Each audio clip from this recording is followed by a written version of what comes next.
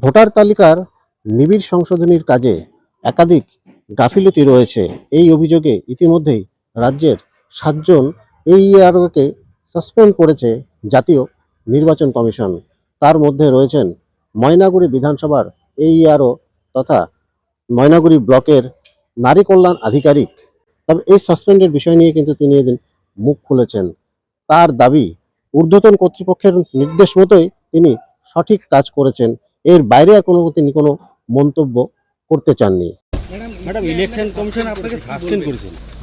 আমি আমার ইনস্ট্রাকশন উত্তর কর্তৃপক্ষের ইনস্ট্রাকশন অনুসারেই কাজ করেছি, এটুকুনি আমি বলতেছি। আর কিছু আমি এখন এই মুহূর্তে বলবো না। বেশ কিছু অভিযোগ এসেছে আপনার বিরুদ্ধে, আপনি ডকুমেন্টস প্রপার চেক না করে আপলোড করে দিয়েছেন। আমার তরফ থেকে আমি 100% দিয়েছি, এরপরে আমি আর কিছু বলবো না। তা আপনাকে কি ঊর্ধ্বতন কর্তৃপক্ষ এইভাবে কাজ করতে বলেছিল নাকি? আমি করিনি। তাহলে আপনি বলছেন ঊর্ধ্বতন কর্তৃপক্ষ? হ্যাঁ, ঊর্ধ্বতন কর্তৃপক্ষ সঠিক নির্দেশ দিয়েছে, সঠিক কাজই করেছি আমি। আচ্ছা, তো সাসপেন্ড করলো কেন তাহলে? সেটা তো ওনারা বলতে পারবেন। এখন আপনি কি করবেন? এখন আমি কি করবো, আমি এখনো জানি না কি করব। আজকে কি ডিএম ম্যাডাম ডাকিয়ে পাঠিয়েছে? হ্যাঁ। তো নির্বাচন কমিশন তো একটা স্বশাসিত সংস্থা, দেশের জন্য যা প্রয়োজন সেভাবে তারা কাজ করে।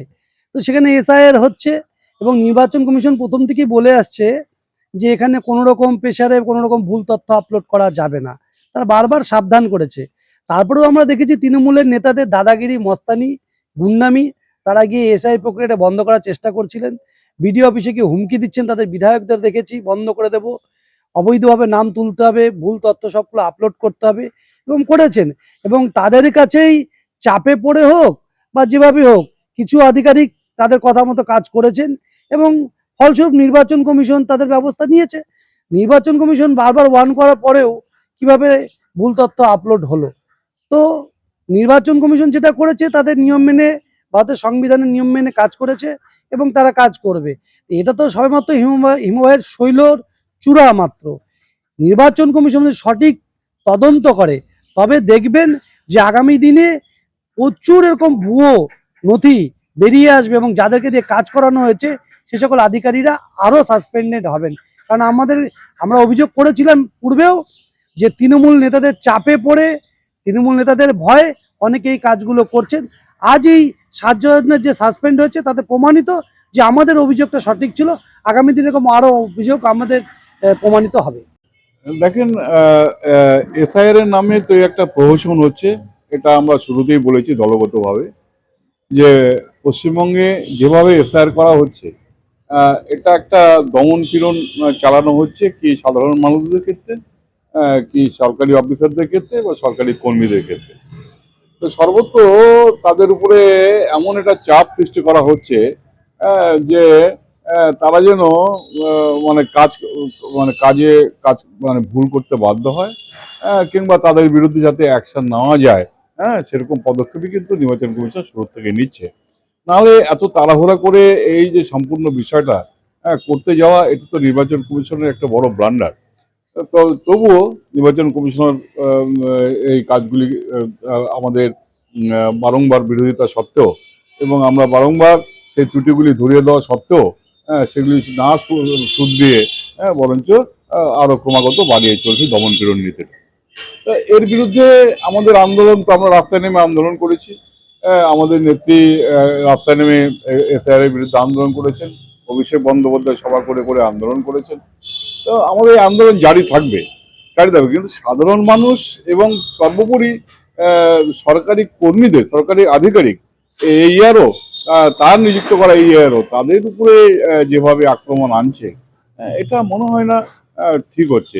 তারা যদি ভুল করে থাকে সেটা দেখতে হবে, তাদের ভুলটা কি ইচ্ছাকৃত ভুল না অনিচ্ছাকৃত ভুল, তাদের কি স্বার্থ আছে, কেন তারা ইচ্ছাকৃত ভুল করবে। আমার তো এটা বোধগম্য হচ্ছে না। হচ্ছে একটা জলপাইগুড়িতে বাড়ি, তার কর্মস্থল হচ্ছে ময়নাগুড়িতে। তো ময়নাগুড়িতে গিয়ে সে ইচ্ছাকৃত ভুল কেন করতে যাবে, তার কি স্বার্থ থাকতে পারে? সে একজন সরকারি আধিকারিক। তো আমার মনে হয় নির্বাচন কমিশন এই ব্যাপারে আরও যত্নবান হওয়া উচিত, এই বিষয়গুলি আরও নিবিড়ভাবে পরীক্ষা করা দরকার। এবং কারোর বিরুদ্ধে যদি অ্যাকশন নিতে হয় সেটা লোক দেখানো অ্যাকশন নয়। এটা এই যে অ্যাকশন নেওয়া হলো, যে কয়েকজন সাসপেন্ডের কথা বলা হলো, আমার তো মনে হচ্ছে একটা বার্তা পৌঁছে দেওয়া পশ্চিমবঙ্গ আধিকারিকদের মধ্যে, সর্বোচ্চ মহলে, যে নির্বাচন কমিশন এটা করতে পারে। এবং আমরা এটা করতে পারি, আমাদের এটা ক্ষমতা আছে, এই ক্ষমতা দেখানোর জন্য আজকে আমার মনে হয় এই এতগুলি আধিকারিককে সাসপেন্ড করার একটা নির্দেশ দেওয়া হলো। তো এটা অগণতান্ত্রিক। এইভাবে একটা দপ্তর চলতে পারে না, বা নির্বাচন কমিশনের মতো একটা গুরুত্বপূর্ণ দপ্তর, স্বাধীন দায়িত্বপ্রাপ্ত দপ্তর, এইভাবে চললে ভারতবর্ষের সংবিধানের পক্ষে এটা অত্যন্ত ক্ষতিকর। জলপাইগুড়ির ময়নাগুড়ি ব্লকের এই AERO-কে সাসপেন্ড করার ঘটনায় একদিকে যেরকম জেলার প্রশাসনিক মহলে তীব্র চাঞ্চল্যের সৃষ্টি হয়েছে, তেমনি জেলার রাজনীতিতেও কিন্তু এক চাপানুতর শুরু হয়েছে তৃণমূল এবং বিজেপির মধ্যে। এখন এই চাপানুতরের জল কোন দিকে গড়ায় তা কিন্তু আখেরে সময়ই বলবে। ক্যামেরায় ঋষি চক্রবর্তীর সঙ্গে তিতাস পাল, জজবা 24 বাংলা, জলপাইগুড়ি।